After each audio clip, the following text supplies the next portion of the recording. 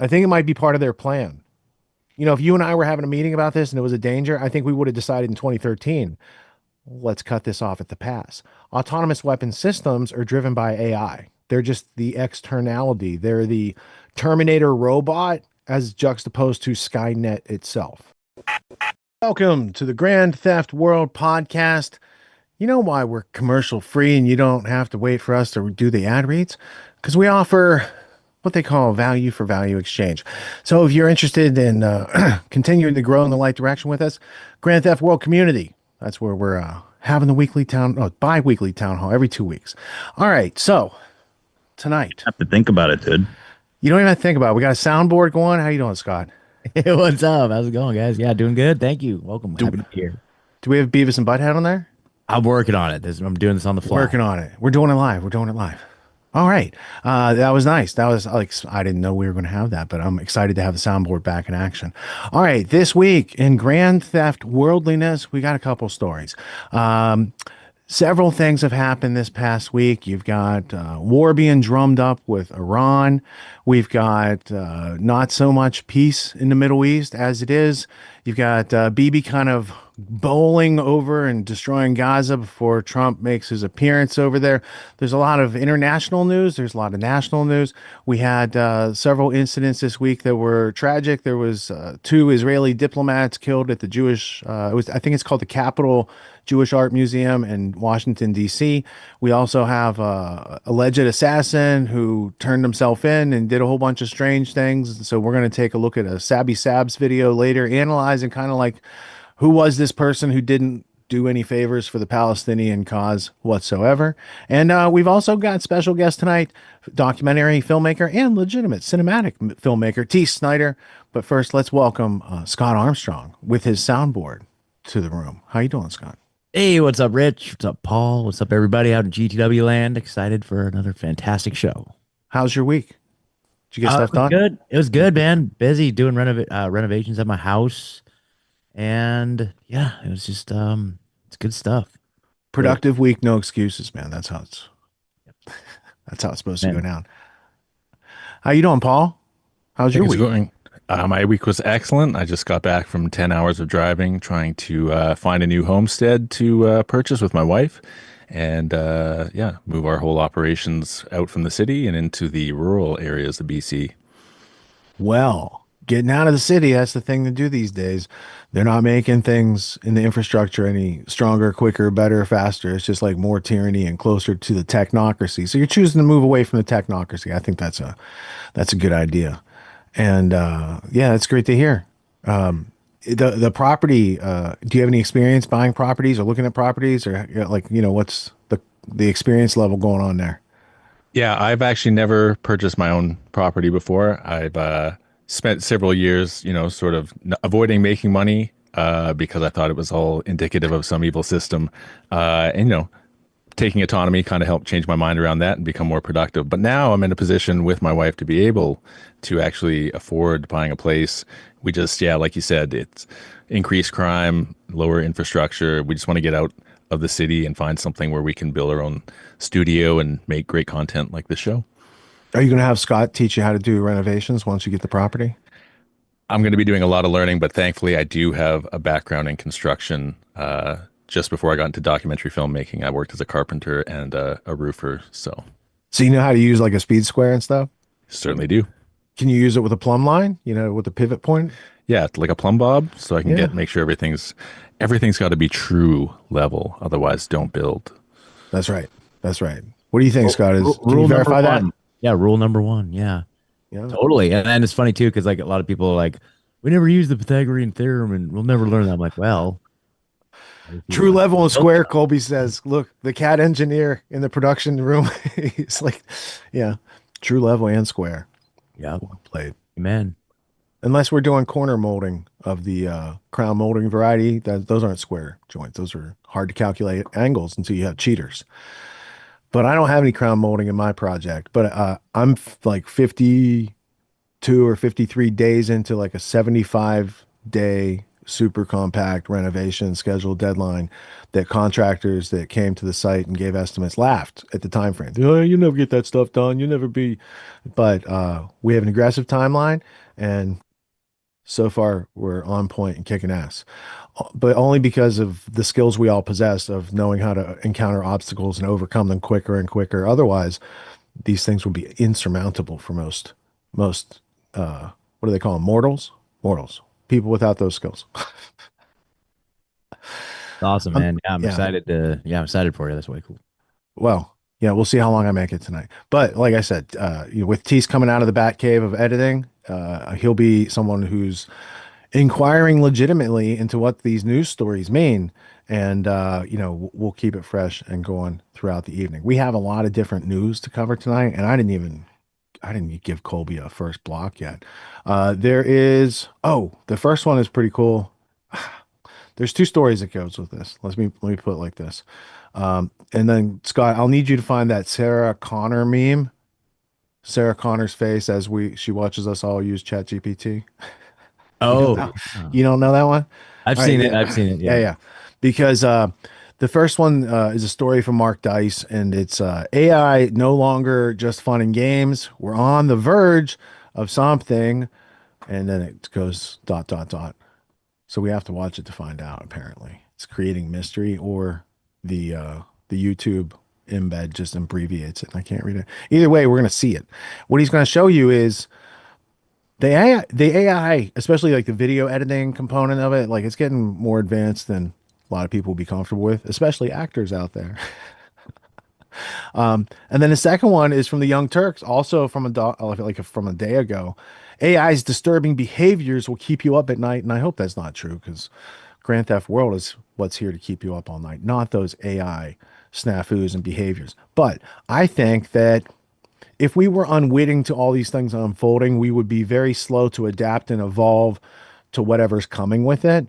And so, even though like these things are kind of out of our control, like Trump's putting in $500 billion into SoftBank, which is a whole nother discussion with Larry Ellison and Project Stargate and all that AI stuff, right? Everybody's trying to go the AI route. I think there's a lot of shortcomings to just AI, right? Do you want to deal with an AI nurse or an AI doctor? Don't you want the human element in there? Oh, now you might think some humans are pretty rotten and not very good at being like good people, but I have hope for them, right? The algorithms, I don't know. I don't know who's programming those things, or why they're programming some of these things, but I think it's best just like keep it at Heisman length. Like it's over there. We want to stay insulated from it, separate from it.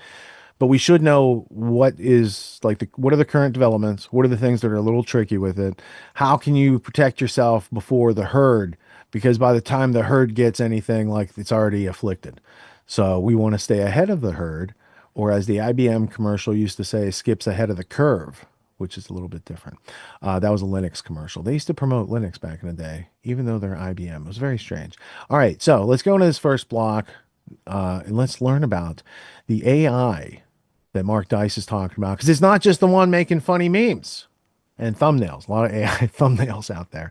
Let's go to Dice, then we'll go to Cenk over at the Young Turks.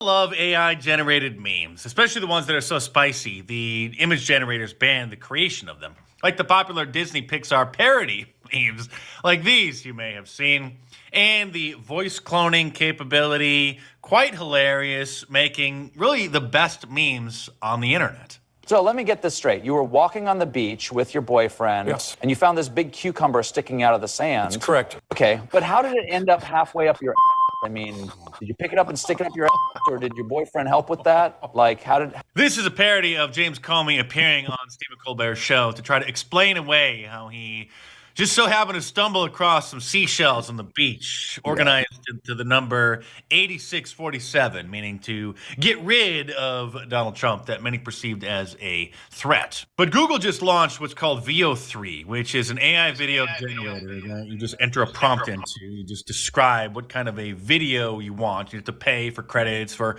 certain amount of seconds, and can be very expensive at this point, but I'm going to show you just how sophisticated this technology is becoming and why this could really be the beginning of an entire upending of the entertainment industry. Because Soon, people are going to be able to create their own television series, animated series, full-length feature films, just by entering in prompts into these services and having them generate the scenes that previously would have cost millions and millions of dollars with all sorts of actors and locations and CGI.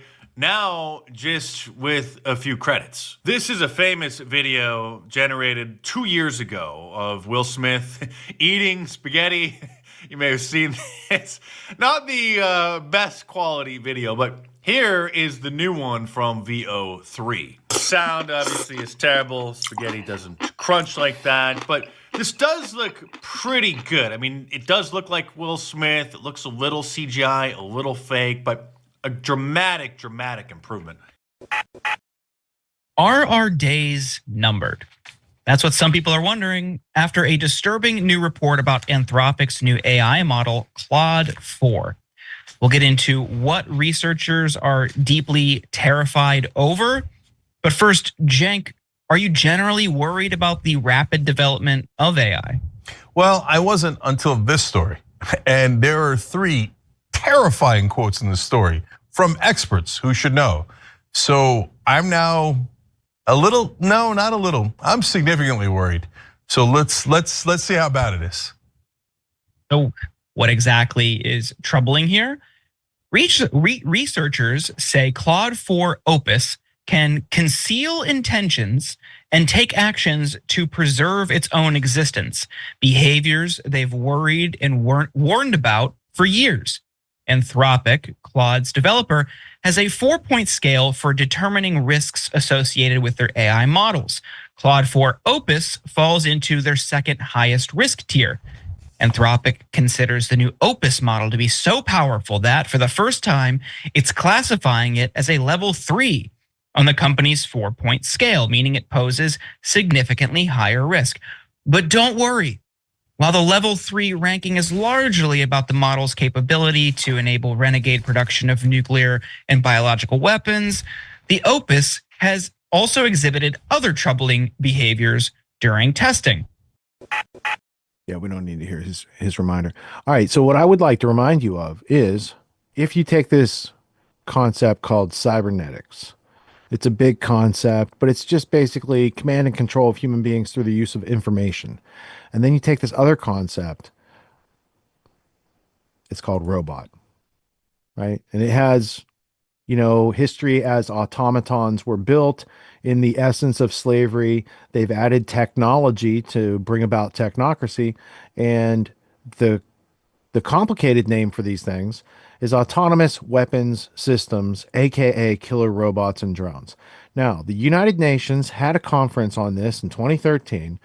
In 2013, the United Nations took significant steps to address the issue of lethal autonomous weapons, often referred to as killer robots. On November 15, 2013, governments agreed to begin international discussions on these weapons. Well, if you fast forward up to today, you'll see that they'd like to have a treaty on killer robots by 2026. So even though they started in 2013, and these things have been a thing, being made, being tested in the Ukraine war, they still don't have a treaty against people using robots to kill people yet. I think it might be part of their plan. If you and I were having a meeting about this and it was a danger, I think we would have decided in 2013, let's cut this off at the pass. Autonomous weapon systems are driven by AI. They're just the externality. They're the Terminator robot as juxtaposed to Skynet itself, right? Skynet, the AI system, uses Terminator robots, but that's just Sarah Connor, right? Sarah Connor watching you use AI for everything, and Sarah Connor seeing you become friends with ChatGPT. Oh wait, I forgot to press the buttons. Sorry. Do it again. Using AI for everything, but she really doesn't like it when you become friends with ChatGPT. Gentlemen, these topics, autonomous killer robots and artificial intelligence being used by they, them, those, not for our freedom, is not a new topic to you, but did you see anything in there that caught your attention? Scott, go ahead, because I've got a big techno rant to go on. Oh, great. Okay, well, yeah, just a few things here. So I saw this whole VO3 release, the big announcement, and I was diving in this last week, and honestly, I was pumped. I was like, kind of what he was saying, what Dice was saying, like, we're gonna be able to sit here and make feature films with the production value that was unmatched. And it reminded me of like you used to, in order to make music, you had to get a record deal or spend a bunch of money to go. And I know I literally have GarageBand that came with my computer, and I made my album with GarageBand for free software.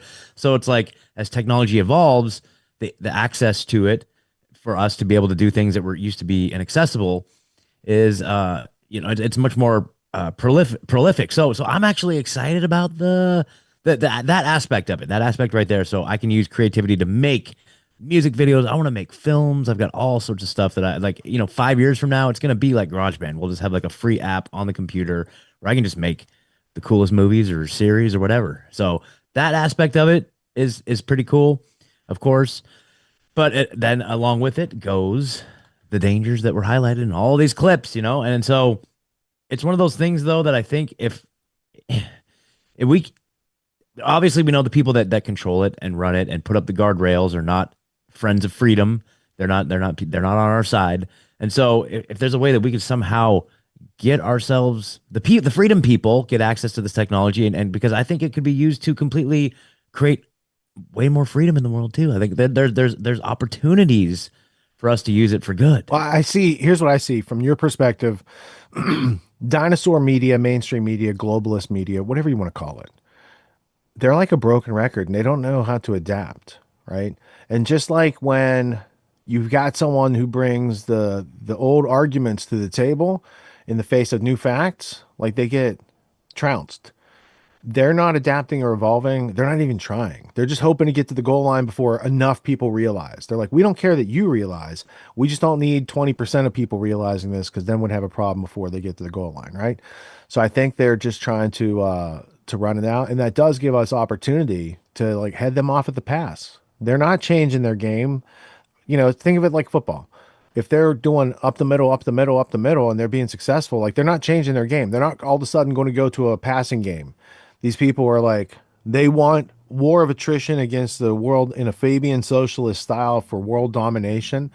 And they're not like, they might want domination of time and space in the universe beyond that, but definitely world domination's on the journey for them to get to those other goals. So they're not really changing their tactics or their goals. And I think that allows us to see where they're at, where they're going to be, and go and stand in their way. Yeah, no doubt about that. So, I have hope, for us to be able to utilize it, or just anti-AI technology. I mean, hopefully we're working on that, guys, get on that. But like all of that other talk about, okay, the combination of all these technologies, the robots, the AI, that reminded me of this. I don't know if like all you guys have heard of this out in the audience, but there's the eater robots. Are you guys familiar with the eater robots? So these are EATER stands for energetically autonomous tactical So they're robots. solar charged? That was like Terminator 3. What are they? Dude. What? They power themselves off of biomass to fuel itself. So theoretically, I'm biomass, aren't I? it ingests animal or human biomass to power itself. So we have that can run indefinitely. So they have EATER robots developed by DARPA, University of Maryland, and the United States military that will basically be able to go around and run themselves indefinitely and power itself off of dead bodies. So there you go. Cool. Locust bots. Yeah. They can fly in giant swarms and just like, well, that's nightmarish. Okay, so there's two sides to every tool. Question. That comes out. I got a question from a friend over here. What'd you say? Oh, can we get Doge to cut DARPA funding? Asking for a friend, not my question. It's good. There's a lot of things Doge should cut that are in a pentagon shape that are all associated with that. But yeah, we'll see if that ever happens. When Photoshop came along, a lot of artists that draw were like, this is the end of our industry. We're at the end of creativity. Photoshop's going to allow you to do all this digital manipulation. And,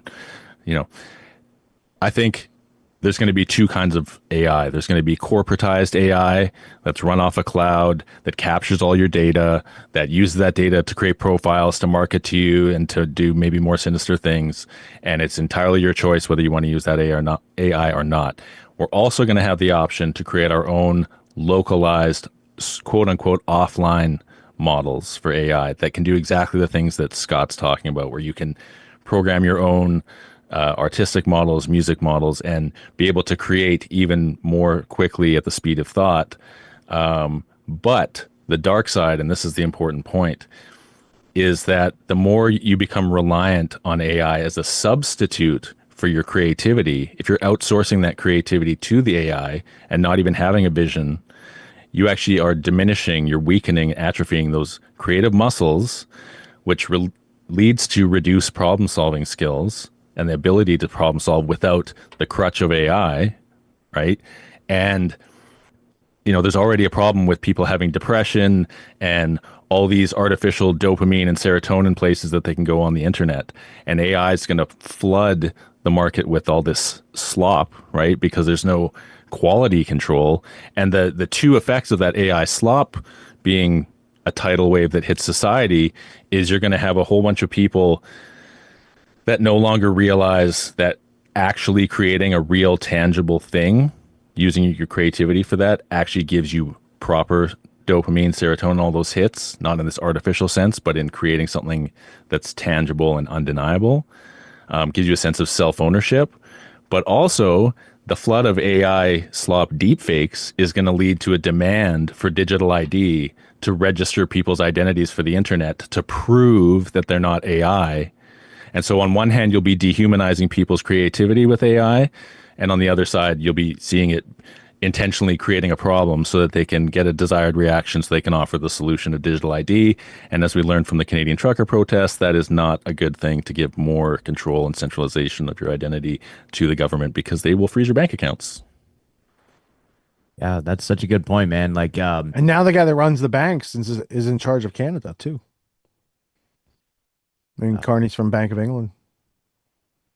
That's a huge point. And he's also got investment in AI. He's got investment in X through Brookfield Management. You should look at what Brookfield has their fingers in the pie with. So, yeah, I can see there's going to be a bigger AI revolution like they poised the internet. The information superhighway is a revolution. And we didn't really understand how social media was going to hit our society and affect it the way that it has, right?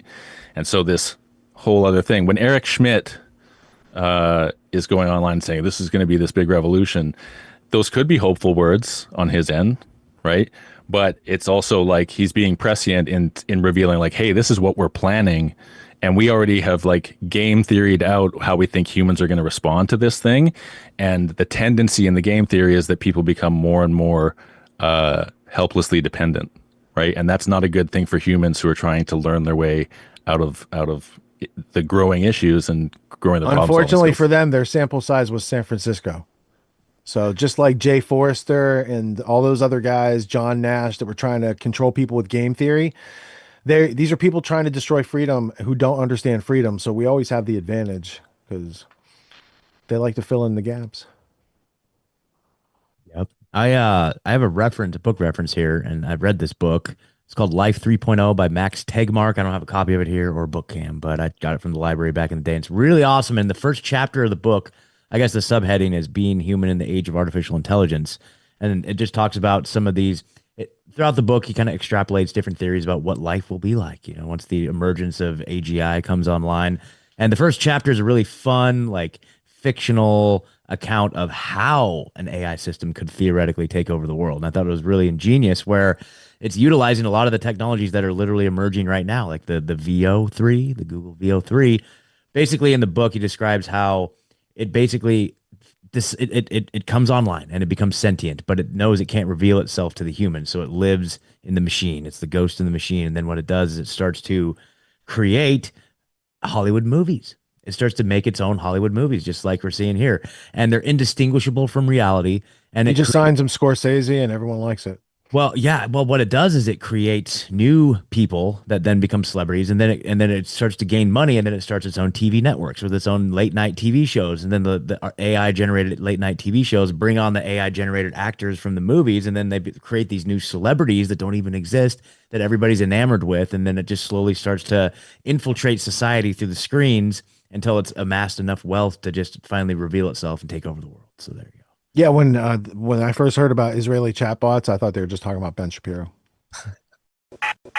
twice a year, I teach a course called Autonomy. It's a 12-week course. It teaches leadership, entrepreneur skills, executive skills, all these types of things that I saw were taken out of our education system in order to make the schooling or indoctrination system that we've all probably went through. And it has served us well enough to be interchangeable cogs in the machine of the globalists. But if we want a homestead, if we want write our own ticket, work from home job, work from anywhere type of situation, they're not exactly handing those out at the end of college. They give you a piece of paper and they're like, good luck. So reality is dropping us off here, but the demands of reality are up here. So I created Autonomy to help people close that gap for themselves so they can level up their skills to the demands of the situations that life is putting in front of us presently. Life's demands of intellect and understanding precision and complexity are ever increasing. The schooling didn't prepare us for it. The media is not going to do anything but reinforce what schooling prepared us for. And so we're going to have to take a leadership position and take steps off the beaten path to kind of blaze our own trail in life.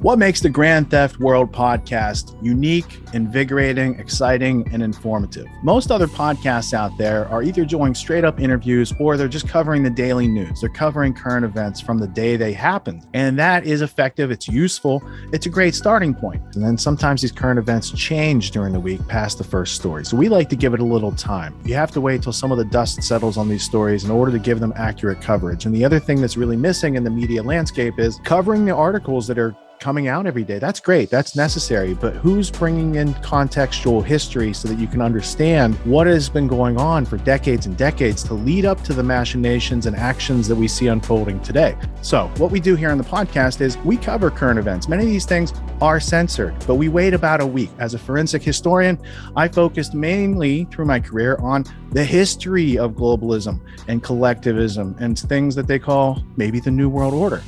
There's a lot of facts to these sort of circumstances, groups, events, activities, working groups that they've had over time. So for Grand Theft World listeners, we not only break down the current events, most of which that are censored during the week, we provide you with contextual history, we give you the source notes, the references, we do deep dives, and this really empowers you with an understanding of context and history so that you can make more informed decisions in your life. There's also a community, a membership where you guys can actually ask questions and we can get into the show and we can share evidence.